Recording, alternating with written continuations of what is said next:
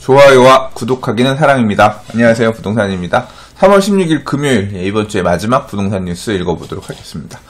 3월달도 벌써 절반이 다 됐습니다. 2주 후딱 지나면 이제 3월 말인데요. 그럼 올해도 4분의 1이 지나는 거예요. 1, 4분기가 끝나는 거죠. 한 해는 정말 빨리 지나가는 것 같습니다. 자, 오늘 뉴스들 좀 보도록 할게요. 첫 번째 뉴스입니다. 여당 의원 주도로 재건축 쉽게 하는 법 개정안 발의돼라고 해서 이제 기사가 나왔는데요. 지금 뭐 내용 보면 그래요. 재건축을 쉽게 하는 법이라고 했죠. 정확하게 얘기하면 재건축할 때 안전진단 평가 기준을 법률에 명시하는 형태. 이게 보시면 이게 안전진단에 대한 내용이 이번에 이제 시행령에 있거든요. 대통령령으로 되어 있는 도정법 시행령으로 있다 보니까 금방 이렇게 바꿨다 이거죠. 국회에서의 논의를 거치지 않고 대통령령이니까 그냥 바로 고쳐버렸다라고 해서 이제 이 부분에 대해서 굉장히 좀 재건축 아파트들이 많이 있는 지역구 의원들이 좀 이 압박을 받은 것 같아요. 그래서 이런 안전진단 기준 자체는 시행령으로 건드리지 말고 좀 더 중요한 부분이니까 법률로 올려서 법에다가 명시한다. 안전진단 평가 기준을 법률에 명시하는 방식으로 이제 도시정법 개정안을 이제 발의했다고 하고, 그래서 가중치 입주자 만족도 30%, 주거 환경 30%, 그리고 구조 안전성은 15%로 낮춰서 이번에 시행령은 구조 안전성이 50%로 굉장히 높아졌잖아요. 사실 이 구조 안전성 부분 때문에 재건축이 앞으로 안전진단 넘기가 되게 힘들 것이다. 이제 그런 얘기들이 많죠. 그래서 그렇죠. 구조 안전성이 50%인데 15%로 낮추고 입주자 만족도라든가 주거 환경 비중을 되게 높여서 안전진단을 어떻게 보면 좀 쉽게 통과할 수 있게끔 그런 내용이 법률로 올라오게끔 이렇게 했다는 거예요. 근데 이제 이 개정안을 이제 추가해 보면은 뭐 여당 의원 주도로라고 표현이 되어 있는데, 그래서 기사에서 보면 그래요. 이 댓글에서 보면 병 주고 약 주는 거냐, 지금껏 가만히 있다가 뭐 병 주고 약 주냐, 이제 뭐 이런 식의 평가도 있는데, 제가 볼 때는 뭐 그런 식으로 폄하할 내용은 아닌 것 같고, 지금 일단은 이해관계가 있는, 그러니까 아직 초기 단계의 재건축, 앞으로 재건축해야 되는 아파트들을 깔고 있는 지역구의 국회의원들이 중심으로 이제 요 개정안을 발의한 것 같아요. 보면 목동이 있는 지역구, 그다음에 노원구, 그다음 구로구, 동대문구, 그리고 이제 해당되는 지역에 있는 지역구 의원들이 일단 이 이름을 올렸다라고 해요. 자, 근데 그렇지만 이게 뭐 개정안 발의한 거지 이게 통과가 된 건 아니기 때문에 추후에 어떤 식으로 영향을 끼칠지 봐야겠죠. 아무튼 이 재건축 안전진단을 하는 기준 자체를 시행령에 있는 걸 법률 위로 끌어올리고 그 과정에서 좀 더 쉽게 재건축할 수 있게끔 완화된 규정을 일단 명시해서 개정을 하고자 하는 일부 의원들의 입법 발의가 있었다 정도만 생각하고 보면 되겠습니다. 두 번째 뉴스입니다. 이 뉴스는 제가 읽으면서 진짜 감탄을 했던 뉴스입니다. 양도세 중간 정산하자 막교환 시도 선등기 후장금 치르기도 라고 해서 이게 뭔 소리일까? 선등기 후장금 치르는 거는 뭐 사실 많이 이런 규제가 있는 시절에 많이 있었던 내용이기 때문에 별 내용은 아니에요. 이건 이따 다시 설명할게요. 근데 제가 이게 무슨 소린가 싶었던 게 양도세 중간 정산하자 맞교환 시도라는 얘기였는데요. 자, 이게 무슨 소릴까 해서 기사를 읽어봤더니 서울 마포구의 한 공인중개사는 최근 손님 A씨로부터 다소 황당한 의뢰를 받았는데, 재개발 예정지내 연립 등 두 채를 보유하고 있는 A씨는 같은 가격으로 맞교환할 수 있는 같은 재개발 구역 내 물건을 찾아달라 그랬다. 왜냐하면 앞으로 더 오를 것 같아서 이 주택을 보유하고 싶지만 향후 아파트가 지어졌을 때 팔면 양도 차익이 큰 데다 중과세까지 세금 부담이 너무 커질 것을 우려했다. 그래서 이달 말까지 맞교환으로 소유권을 이전 등기하면 그동안의 시세 차익에 대해서 중과되지 않은 양도세를 물고 이후에는 오는 4월부터 오른 시세 차익에 대해서만 세금을 내면 된다는 게 A씨의 논리였다. 일종의 양도세 중간 정산인 셈이다. 무슨 내용인지 이해가 되세요? 와, 진짜 이거 보고서 너무 머리 좋아. 보통 이게 이 교환이라고 하는 거, 잘 이해를 못 하시는 분들이 계신데, 예를 들어 아파트 두 채가 있잖아요. 똑같은 시세의 아파트 두 채가 있어요. 옆집이라고 가정을 하면 이 집을 맞교환하면, 그러니까 교환이라고 하죠. 교환을 하게 되면 등기 비용이 발생합니다. 소유권이 변경되니까. 근데 똑같은 가치에 있는 집을 두 개를 바꾼 거니까 세금 부담은 발생하지 않는 거 아니냐, 양도소득이 없는 거 아니냐라고 착각하시는 분들이 계신데 그렇지 않아요. 교환이라고 하는 것도 법률적으로 보면, 소득세법에서 보면 매매가 두 건 일어나는 걸로 보거든요. 그러니까 양쪽 다 기존에 매수했던 것에 비해서 지금 교환하는 과정에 소유권이 넘어가는 과정에서 차익이 발생하면 양쪽 다 양도세를 부담하게 돼요. 근데 이 시점에 양도소득세를 부담하게 되면 어떻게 돼요? 그 가액에 대해서까지만 이제 양도소득세를 내면 되는 거죠. 근데 지금 이 사례는 뭐냐면, 맞교환을 하자는 얘기 뭐냐면, 같은 재개발구역 안에 비슷한 주택 두 개를 서로 차익을 주지 말고 교환하자는 얘기는 사실 어떻게 보면 내 걸 팔고 새로 사겠다는 거하고 똑같은 얘기인 거예요. 근데 자기랑 똑같은 이해관계가 있는 사람이 그렇게 서로 교환을 하게 되면, 일단 각자 양도세는 내게 되지만, 각자 양도소득세는 한 번 내지만 지금 낼 때는 중과세 적용을 안 받고 세금을 낸다는 거죠.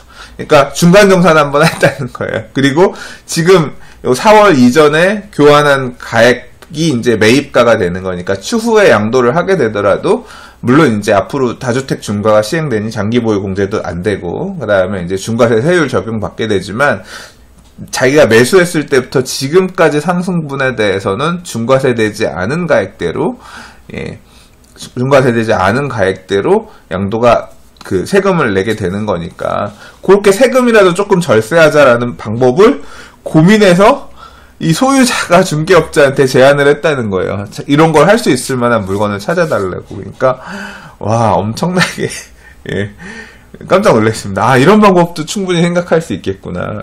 저도 뒤통수한테 맞은 것처럼 놀라웠습니다.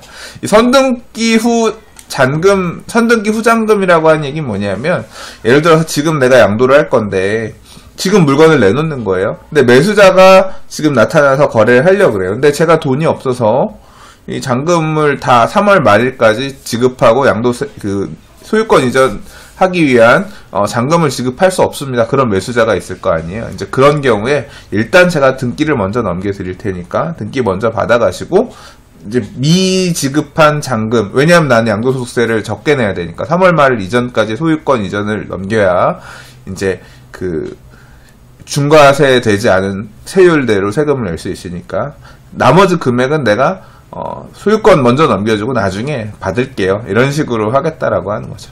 뭐 그런 식으로 잔금 처리 하게끔 3월 말 기준으로 소유권 먼저 넘겨줄 테니 살 사람 없나요? 뭐 이런 식으로 물건이 나오기도 한다는 얘기입니다. 이번 기사는 아무튼 3월 말로 예정되어 있는 양도소득세, 4월 1일부터 시작되는 양도소득세 중과를 피하기 위해서 뭐 임대주택 사업자를 등록한다든가, 뭐 이런 식으로 좀 금매로 준 매물을 정리하려고 하는 어떤 거래 흐름들이 많이 나타나고 있다. 실제로 그래서 가격들이 굉장히 많이 조정된, 꽤 큰 폭으로 하락한 형태로서도 금매가 나오는 물건들이 있다 그래요. 강남 지역 같은 경우는 뭐 억대로도 가격을 낮춰서 3월 말 안에만 잔금 쳐주면 팔겠다라는 물건들이 나온다고도 하더라고요. 그래서 뭐 이제 그런 흐름도 있다는 거고요. 일각에서는 정권 바뀌면 모른다, 그래서 뭐 처분 또는 등록도 안 하고 버티겠다라고 하는 수요층도 있다고 합니다. 이거는 과거에 그랬거든요. 사실 정권이 바뀌어서 그 당시에는 규제가 완화됐다기보다는 사실 금융위기가 오면서, 2008년도에 금융위기가 오면서 부동산을 완화책으로 가지 않을 수 없는 그런 상황이 됐었거든요. 그러다 다시 잠궜죠. 그렇기 때문에 단순히 뭐 꼭 그런 문제는 아닌 것 같은데, 아무튼 또 정권이 바뀔 수도 있다. 그러면 다시 이제 완화책이 나올 수도 있으니 안 팔고 버티겠다, 세금 내면서 버티겠다, 또는 안 팔겠다, 뭐 이제 이런 분들도 일부 있다라고 하는 내용입니다. 저는 이 양도세 중간 정산하자 맞교환 시도가 굉장히 이 기사의 히트가 아닌가 싶어요. 자, 양도세 중과 보름 앞두고 구청마다 임대 등록 몰린다라고 하고 있습니다. 이게 지금 3월달 안에 해야지 4월 1일부터는 이 양도소득세 중과라든가, 이 양도소득세 중과가 아니죠. 그 세제 혜택 받을 수 있는 종부세라든가 아니면 재산세 혜택 받을 수 있는 기준 자체가 변경되기 때문에 3월까지 해야지 이 8년 이상의 준공공 임대가 아니라 장기 임대가 아니라 단기 임대로서도 혜택을 볼 수 있기 때문에 임대사업자 3월 말 안에 하겠다라고 하는 사람들이 늘어나고 있다, 이런 얘기는 말씀드린 바 있는데, 지금 기사에서 보면 일단 뭔지 잘 모르겠는데 그러니까 등록하러 오시는 분들 되게 많지만 뭔 내용인지는 잘 모르겠는데 등록을 해야 된다고 해서 주택을 가지고 계신 분들이 막 방문을 하고 있는 경우가 많다 그래요. 이거 보세요. 이 관계자는 다주택자들이 뭘 하러 온지도 모르고 임대 등록을 신청한다. 그냥 일단 막 해야 된다라고 하니까 이걸 따져보고 이런 게 아니라 일단 해야 된다고 옆에서 말 듣고 와서 했다는 거예요. 뭐 하러 온지도 모르고 임대 등록을 신청한다. 4년을 해야 되는지 8년을 해야 되는지도 물어본다. 차이점이 뭔지 이런 거에 대해서 잘 모르고 그냥 오시는 것 같아요. 양도세 중과 시행이 얼마 남지 않았다 보니 불안해서 온 것이다. 이들은 귀동량이라도 하려고 한다. 기뜸했다. 다주택자들이 내용을 제대로 파악하고 온 것이 아니라 양도세 중과 시행에 대한 심적 부담감 때문에 방문하고 있다는 얘기다.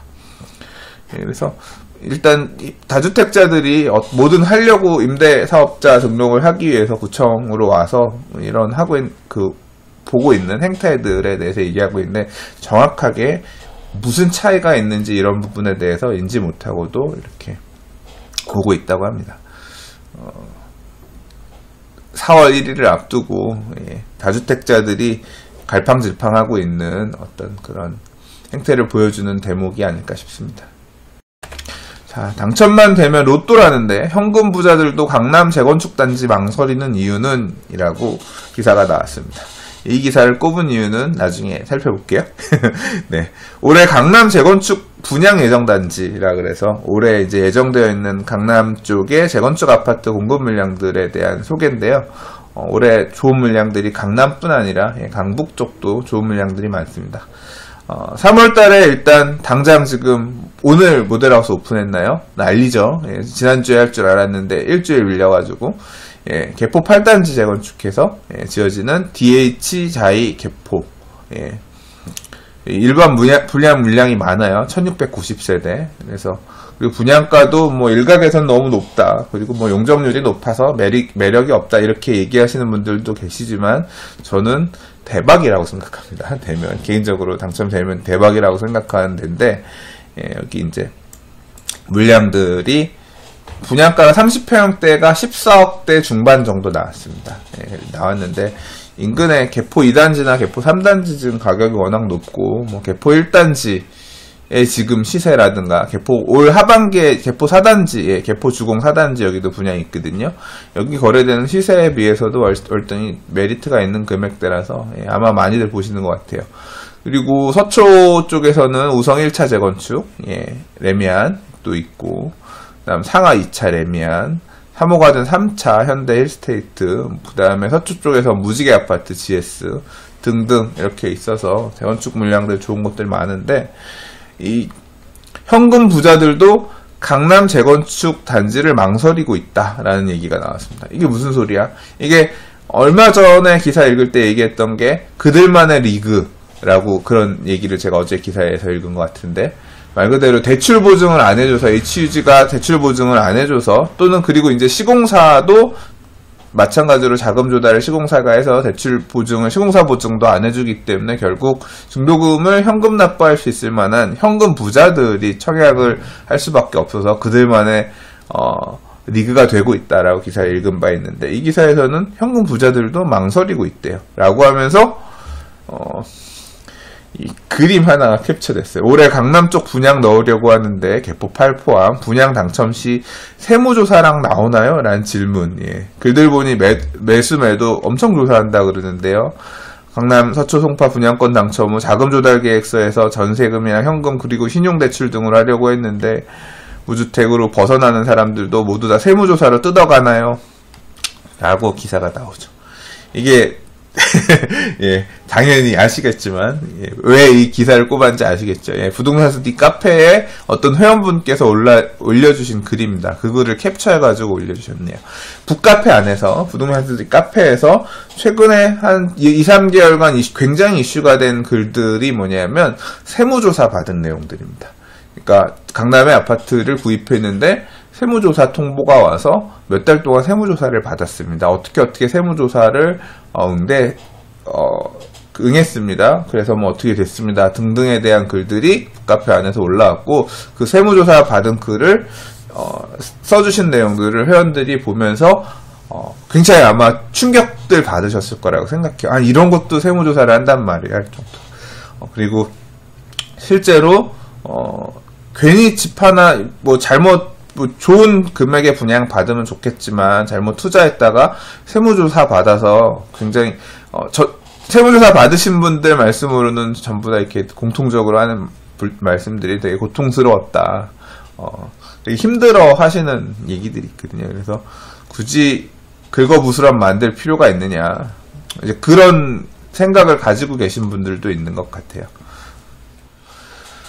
아마도 이런 분위기가 돈 있는 분들도 청약하는 데 있어서 좀 부담으로 작용하지 않을까 생각하고요. 실제로 또 이 세무조사 과정에서 좀 골치 아프실 분들도 나오지 않겠냐. 정부가 이런 식으로 압박을 하면 어떤 과열을 막는 데 있어서는 조금 긍정적으로 작용하는 부분도 없잖아 있을까 생각은 듭니다. 조심하세요. 세무조사 받을 수도 있다는 거 각오하시고 청약하는 게 맞을 것 같아요. 강남권 이런 로또라고 불릴 만한 분양 물량들 같은 경우는.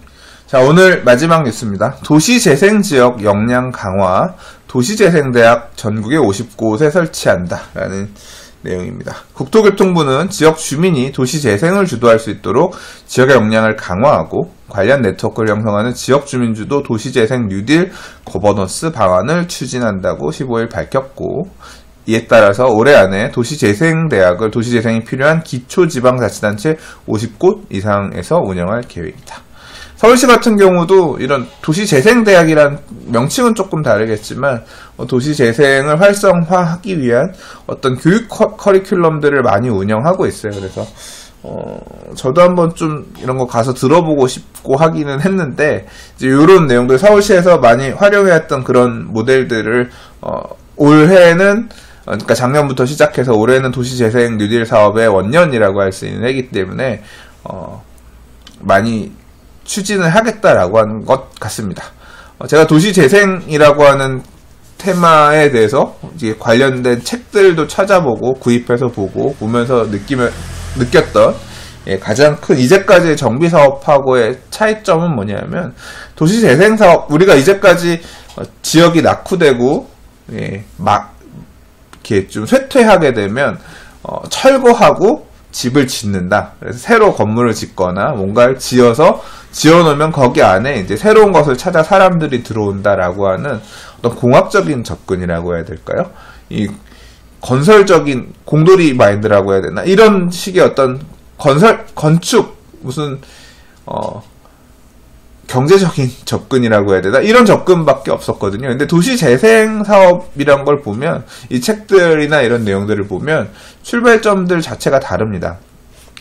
이 지역을 헐고 다시 짓더라도 어떻게 헐고 다시 지을 것이냐에 대한 고민에서 출발해요. 그 고민을 누가 하느냐? 지금 이 지역에 살고 있는 거주민들, 당신들이 하라는 얘기예요.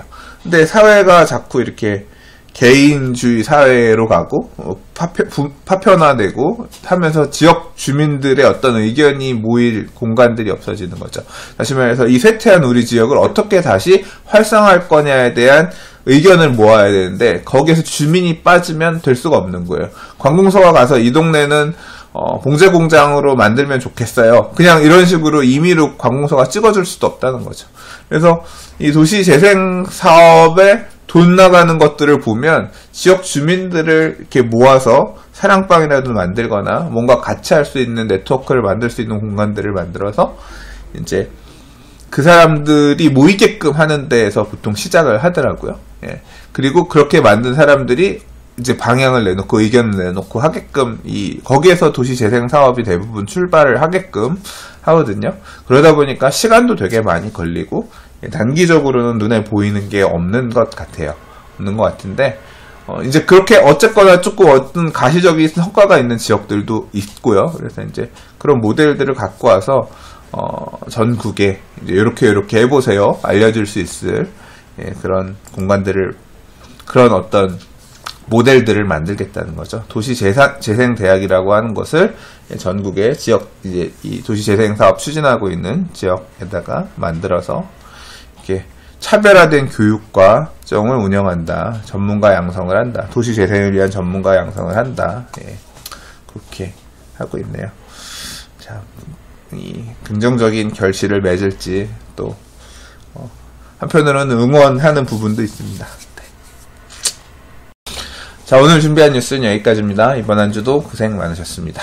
주말 이틀 쉬고 월요일날 다시 다른 뉴스로 인사드리도록 하겠습니다. 좋아요와 구독하기는 사랑입니다. 감사합니다. 부동산이었습니다.